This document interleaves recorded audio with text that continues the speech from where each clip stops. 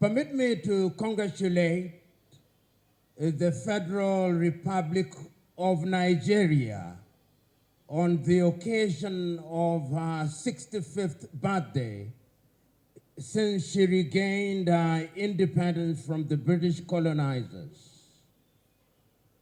It is a day that is worthy of reflection, and it is not lost on me that I have been asked to talk about Africa and Nigeria in that context.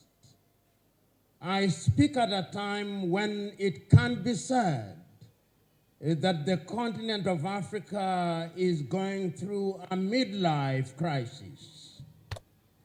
It is a midlife crisis that is punctuated by the dissatisfaction of young Africans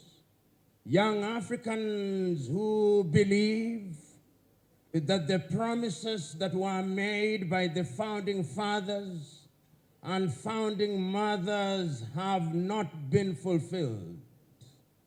It is a demonstration of the fact that there is a lot of work to be done. But it is on an occasion such as this that is also incumbent upon us to remember by a dint of history that the post-colonial African state, as we know them today, were designed to fail.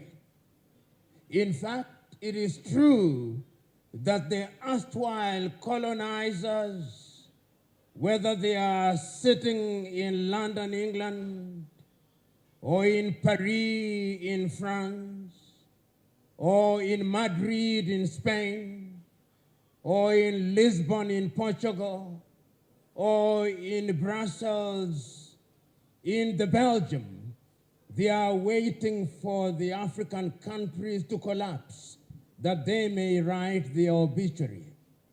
The fact that we are here and celebrating 65 years since we regained our independence is a demonstration that we have refused to fulfill the prophecies of the colonizer turned neo-colonizer. But yet, it is also important to remind ourselves that the time has come when we can no longer afford the luxury of attributing our failures to colonization. We have had occasion to do many things, and indeed it can be said that we have done many things, but there is a sense in which we continue to punch below our weight. We must also remind ourselves that it is true that we are not the only peoples who are colonized.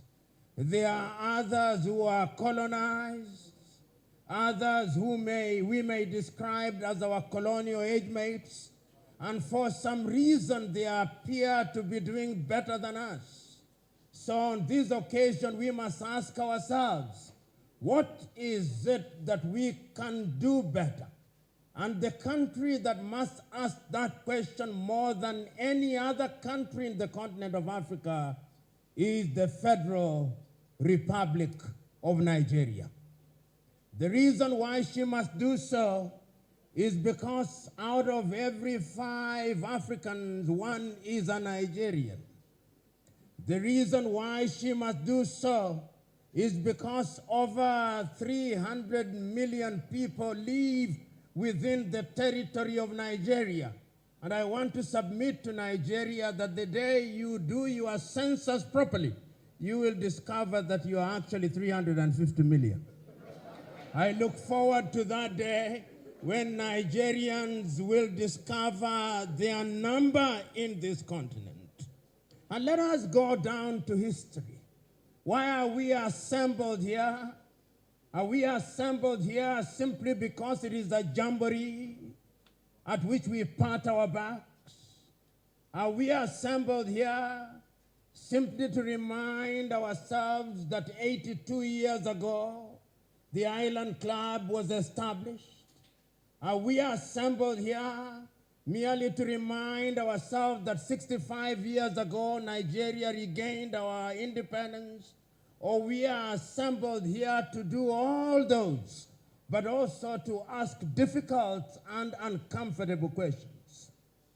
You know, when we talk about Africa, we must also and always remind ourselves that the Africa we are talking about is an Africa that is divided into 54 artificial nations. Some say 55. Some even say 56. Some even say more. But we must remember that as this club was being established in 1943, and the chairman has already said that it was the ground upon which courage was incubated. I want all of you who are present here to remember what the men and women who are assembled here were thinking about. In those days, when not every Nigerian could be allowed in these places. In those days, when Africans were considered to be children of a lesser God. In those days, when the British were quick to remind us that we were different because we were Hausa, because we were Fulani, because we were Yoruba, because we were Igbo, because we are Kalabari, and they were sowing the seeds of discord, that even when we regained our independence, we would not last for too long. We must ask ourselves what was going on in their minds. And those of you who are students of history will remember in 1945 in Manchester, in the United Kingdom, when Africans in the continent and those in the diaspora met for the first time and were talking about Pan-Africanism, Nigeria was ably represented in that forum by Obafemi Awolowo. And if you remember what he, among others, said during that period, he was reminding us that once we regained our independence, independence in and of itself was not sufficient. Independence was only going to be the beginning. The question is, did we begin well? Are we running well? Is there a promise for all of us? Is there something to celebrate or something to shout home about? These are the questions that must reside in our minds and in our hearts today. Those of you who are assembled here, when I was making my inquiries, I was told that you are some of the shakers and movers of Nigeria. The question that you must ask, what are you shaking and what are you moving? If you are shaking something, is it something that is going to benefit Nigeria? You must remember, is it your own Chinua Achebe who said that the man or woman who shakes the Iroko tree only ends up shaking his buttocks? Is it your buttocks that are shaking or you are shaking Nigeria? These are the uncomfortable questions that you must face. And you know, as we are assembled here, there is a sense in which there is discomfort in the continent of Africa. We are assembled here in Nigeria, but Africa is not at ease. If you thought Africa was at ease, go to the Sahel. The insurgents is there. The young men and women who are dying on a daily basis. Africa is not at ease. Go to Sudan. There is war. Over 3.5 million internally displaced persons. Africa is not at ease. Go to Somalia. She's not at ease. Go to Central African Republic. She's not at ease. Go to the eastern part of the Democratic Republic of Congo, she's not at ease. Go to southern Cameroons in Ambazonia, she's not at ease. And even when there is no real war, no real conflict, as I speak to you now, for 4 days and 4 nights in Morocco, young men are in the streets. As I speak to you now, young men and young women are in the streets of Luanda in Angola. As I speak to you now, young men are uncomfortable. Something is happening. Not only here in Nigeria, there are places in northern Nigeria where there are no-go zones. That is the reality. So we may sit in the comfort of Island Club, but this is just but an island. The reality is that it is an island in a sea of sorrow and desperation. The question is, beyond the lamentations, what can we do?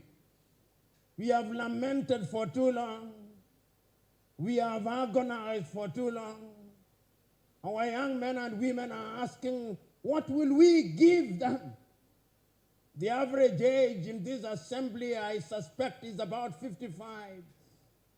Our young men and women are not present in this assembly. They'll only watch on television. Where is the baton that we are going to pass over to them? Where is the united country that we are going to pass over to them? What are we doing in our health sector?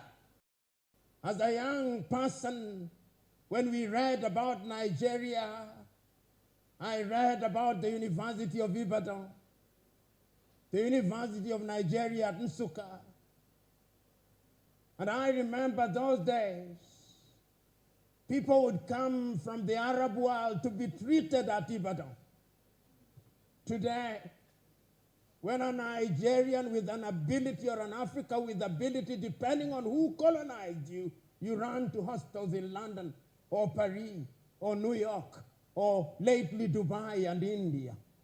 Yet in the intervening period, we have produced doctors in the thousands. Where did we go wrong? Today, as you drive across the continent of Africa, we may talk about the good roads, and I saw some beautiful roads in Akwa Ibom in Uyo. Beautiful. But who constructed them? If it is not Chinese, it is Europeans. In the intervening period, we have produced civil engineers whom, if you do not address as an engineer, he'll have a quarrel with you. What became of us? These are the questions which are uncomfortable, but we must ask. I'm booked in a hotel room here in Lagos. When I look at the free water that is given to me, bottled water, it is Evian, a product of Coca-Cola in Lagos, Nigeria, Africa's greatest country, even water. And it's not only in Nigeria, it is in Nairobi, Kenya, it is in Accra, Ghana, it is everywhere, even water, 65 years after independence.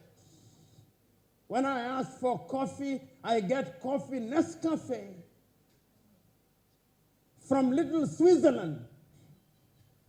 That is the state in which we are. What went wrong? Those who love Africa are asking. These are the uncomfortable questions that we must ask. Because if we don't ask them, we'll not get an answer. So we are here to remind ourselves that there is work to be done. How is it that when I was a high school student, the literature that I read was Wole Soyinka with The Road and the Interpreters, with Kongi's Harvest, It is Flora Nwapa that I read with the Furu. It is Chinua Achebe that I read with Things Fall Apart, No Longer at Ease, Antilles in the Savannah. It is Eleki Amadi that I read with The Concubine. Today, when I travel across Africa and I ask, do you know Chinua Achebe? Do you know Wole Soyinka? No, they don't. What happened to us? When I read history, we were taught about Nnamdi Azikiwe, and we called them even in Nairobi, Kenya, Zik of Africa. We are taught about Sir Ahmadu Bello, Abubakar Tafawa Balewa, Obafemi Awolowo. Later we learned about Olusegun Obasanjo. Agui Ronzi, whether you like them or not is a different debate, but we were taught them. Today, you go to the capitals of Africa, you go to Benin, and you ask the Beninois, who is the president of the Federal Republic of Nigeria, 8 out of 10 do not know and perhaps do not care. What became of us? Why is it? Last week, there was the United Nations General Assembly. Even when the President of the United States of America was insulting everybody, African leaders sat there. But when their fellow African head of state is talking, they are busy doing other things. Who cast us? Who bewitched us? These are the uncomfortable questions that we must ask here. We have been too nice to each other for too long. The net effect is that if you go into any African environment, if you go to any African school and you ask young men and women, do you want to leave Africa? 9 of them want to run away. That is why they are dying in the Mediterranean Sea. That is why they are dying off the coast of Senegal. That is why they are being humiliated at embassies. You go to the embassy of any Western country, in any African country, and you'll see the humiliation. They ask you, even your great-great-grandmother, who died long before you are conceived as an idea. Those are the circumstances in which we find ourselves. On average, many of you who are present here, allow me to be morbid, in the next 40 years, you'll be upstairs. The question is, what are you leaving for your children and children's children? What is it? These are the questions. These are the uncomfortable questions that we must ask. And these questions must be answered by Nigeria primarily. I've said not once, not twice, but times without number, that the day Nigeria wakes up, that is the day Africa wakes up. You know, a friend of mine once told me, if you go anywhere in the world and you do not find a Nigerian, run out of that place.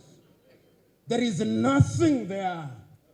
And those of you who have had occasion to travel, you go to different parts of the world, you look for the best doctors, Nigerian.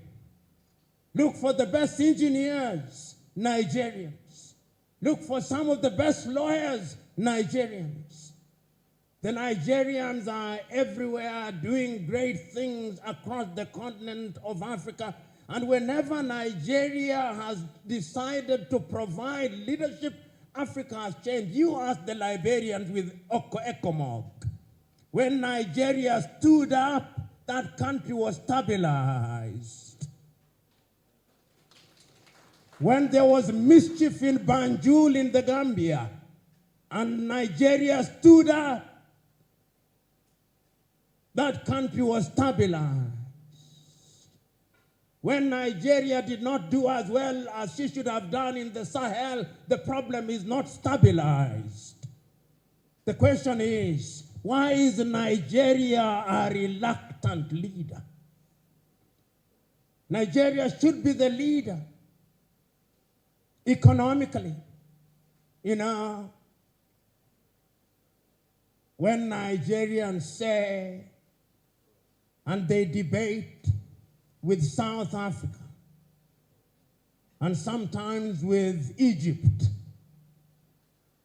which is the biggest of the economies, I laugh.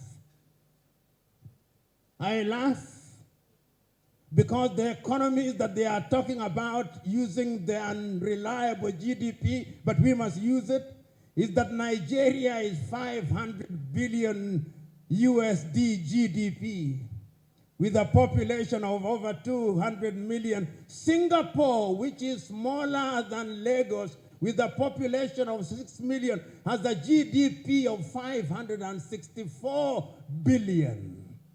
So the debate between Nigeria and Egypt and South Africa is a debate between two dwarfs as to which one is the taller of them. Even if one is taller than the other, they are still dwarfs. The day that I will celebrate Nigeria is the day Nigeria tells me we are 2 trillion economy, and Nigeria can achieve it. And Nigeria must achieve it. What does Nigeria not have? Is the oil that is produced in Nigeria different from the oil that is produced in Saudi Arabia? Is it different than the oil that is produced in Kuwait, that is produced in Bahrain, that is produced in Qatar? Why must Nigeria not be the leader that has pipelines across the continent of Africa? Why can she not do it? She can. But we have allowed ourselves to be paralyzed by analysis and to be paralyzed by lamentation. It is your own kinsman, Chinua Achebe, who said that adversity is a problem of humanity, but we must never allow ourselves to be the victims or the agents of adversity. We must allow ourselves to be the conquerors of adversity, Chinua said. And I remember so very vividly in 1983 when Chinua Achebe wrote the little book, The Trouble with Nigeria, and he simply said that the problem with Nigeria, and he there said the rest of Africa, is simply and squarely one of leadership. And his leadership at all levels. Many times we think that politics is the only side of leadership. No. Leadership is at all levels. Why can't you, if you've run this beautiful club for 82 years and run it well, why can't that be upscaled and replicated in every other sector of Nigeria? Why? Why is it that in this micro-environment, you do not care who is who in this club? Everybody has a sense of esprit de corps, a sense of camaraderie. You do not care from which ethnicity you come from. But when you want to run the club that is Nigeria, you now talk tribe, you now talk religion. Why? These are the uncomfortable questions that you must confront, because if you do not confront them, then Nigeria and Africa will continue to punch below her weight. I'm suggesting to you that the time is now that we must ask ourselves what it is that we can do. We have lamented for too long. Let us now ask ourselves what it is that Nigeria can do in the area of education. You know, many of you who are present in this assembly may be described as upper middle class or the top class. You are the best of the best. You are the crème de la crème of Nigeria. And when you are the crème de la crème of Nigeria, it means you are also the crème de la crème of Africa. But the question is, Does Africa feel you? Does Africa feel you in the area of education? You know, not so long ago, I was at an African university. And at that university, they said that their greatest desire was that they wanted to be like Harvard and Cambridge. And I said, why do you want to be like Harvard? Why do you want to be like Cambridge? Why can't you not just be you? One of the things that we Africans must do is to exercise the ghost of low self-esteem and to wear the spirit of self-belief. The day we do that, that is the day that Africa will begin to grow. One of the things that gladdens my heart when I come to Africa, to West Africa, and particularly to Nigeria, is the manner in which the Nigerians dress. It gives one authenticity. It gives one confidence. But the question that I ask, are the clothes made in Nigeria? And if they are not made in Nigeria, it means the jobs are not in Nigeria. We have exported all our jobs to China. I'm asking us that if Africa and Nigeria is to be resuscitated to realize our potential, I want to see Nigeria grow in higher education. The other area in which Nigeria must provide leadership is in the area of the economy. You know, not so long ago, Nigeria was just about to provide leadership once again. And there was going to be a currency in this region called the eco. And we were all happy, those of us who love the continent of Africa. We were looking forward to the day when you would come here and I would have the eco, not the dollar. Something happened. I'm asking you who are shakers and movers. Shake those who are in government. Honorable Governor, Deputy Governor, ask yourself, 20 years from today, when you are no longer governor and history is written about you, what will they say? What will they say of your watch? What did you deliver? What did your administration deliver? History is harsh. It passes verdict that is without emotion. I'm asking all of us who are present here to ask those uncomfortable questions in the area of the economy. I'm asking those of us who are here to ask in the area of health. Why is it that young Africans are still dying of diseases that were conquered by Europe 100 years ago? What is happening to us? Why is it that when we have COVID, we have to import things from China? What became of our pharmaceutical industries? What became of our research institutes? Why do we pay our academics a pittance, peanuts, while our thieves thrive? Why? These are the questions that we must ask. We are talking at a time when we are talking about the Africa Agenda 2063 and Africa Continental Free Trade Area. What are we going to trade in if we are not manufacturing? A friend of mine, whom I met when I was being brought to this site, former military general, as we were moving, for some reason he said about electricity, that electricity in Nigeria is epileptic. And it is epileptic indeed. Not only in Nigeria, everywhere. There is not a single place that you travel to Africa in today and you are in a hotel room, within 1 hour electricity has gone. Electricity is not rocket science. But for some reason, we are unable to supply stable electricity. Who cast us? Who bewitched us? That we cannot do what must be done. These are the questions. Ladies and gentlemen, I know it ought to be celebration, but how can I speak the language of a wedding at a funeral?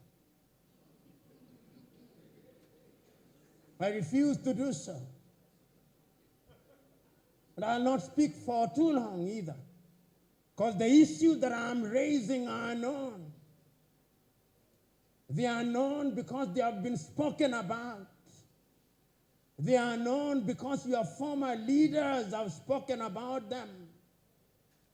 If you look at the writings of your former presidents, the statements of your politicians, the writings of Olusegun Obasanjo in his book, My Watch, he says, among other things, that potential is nothing if it is not realized. I look at the early statements of Sahamadu Bello, the early statements of Obafemi Awolowo, the early statements of MKO Abiola, the early statements of the two Ojukus, the father and the son. And I ask myself, what can we do now? And I know what we can do. The first thing that we must do today to commemorate the 65 years since Nigeria regained independence is for Nigeria and Nigerians to make a solemn resolve that is no longer business as usual, that from today on, Nigeria is going to provide leadership, that she's going to provide leadership in the economic arena, that we are going to hear more Nigerians talk about the Africa Continental Free Trade Area, that we are going to hear Nigerians talking about the diversification of the economy, that we are going to hear Nigeria talk about agriculture, that we are going to hear Nigeria saying that we are no longer going to import our chicken from Brazil, that we are no longer going to import our rice from Pakistan, that we are no longer going to have on our tables anything called English tea, that we are no longer going to have Nescafe on our table, that we are no longer going to import palm oil from Malaysia, that we are going to diversify our economy, that we are going to revive our leather industry, that we are going to revive our industry so that we can create jobs here, that Nigeria is going to be open space for the rest of Africa, that Nigeria is not going to ask for visas, that Nigeria is not going to ask me for a landing pass when I come to Nigeria. How can the mother country ask me for a landing pass? That Nigeria is not going to ask me for visas when I come here. This is our Mecca, so to speak, and we should be able to come here without any hindrance whatsoever. Nigeria must do that if the continent of Africa is to realize our potential. And I'm suggesting that you must also open up your education. Our young men and women who are going to study in Europe and America, if there were no ASU strikes, we would be coming to Ibadan. We would be coming to Nsukka. We would be coming to the Lagos School of Business. We have enough intellectuals to make us come here. And you can make the money through education. I'm suggesting that you can do that. I'm also suggesting that your airline must now be revived. Nigeria cannot be a country without an airline. How can it be? It can't be done. There are many Nigerians. When I see Air Peace, when I see Air Ibom, I know that it can't be done. This is the time for it to be done. Ladies and gentlemen, I wish not to speak for too long. Let me now move toward the conclusion, because conclude I must. We are at a difficult time in Africa, and that time can only be resolved if we make a solemn resolve. Today, we must remember the words of those who are in the forefront of leadership. Today, I remember the words of a great South African, a man who you must know, Pixley Kaisa Kaseme. Speaking in the year 1906, he said that Africa must be regenerated. And I'm suggesting that it is Nigeria that must be in the forefront of the regeneration of Africa. I'm also hearing it being said in 1957, on the 6th day of March 1957, The Osage for Kwame Nkrumah said that the independence of Ghana meant nothing. Today I'm saying that the new liberation of Africa will only happen if Nigeria is in the forefront. I'm urging you, you movers and shakers, go out there and move and shake the political leadership so that they are able to do that which is good and right. You have the ability, because if you don't do it, history will judge you harshly. Lastly, I want to conclude with these words of James M. Agri of Ghana, who said that we are eagles, but we have been fed on chicken feed for too long. Let us today abandon chicken feed. Let us become eagles that we may fly. We are lions who have had the taste for rats for too long. The time is now that we must reacquire the taste for antelopes. Only then will our lionhood be manifest. And I conclude with these words of Wole Soyinka, that a tiger does not shout about his tigritude. You follow the path of a tiger and you see a duiker dead and you know that some tigritude has emanated from there. So go out there and be what you must, lions. Go out there and be what you must, tigers. Go out there and be what you must, eagles. It can be done and it must be done, and it's you whom are movers and shakers who must do it. God bless you.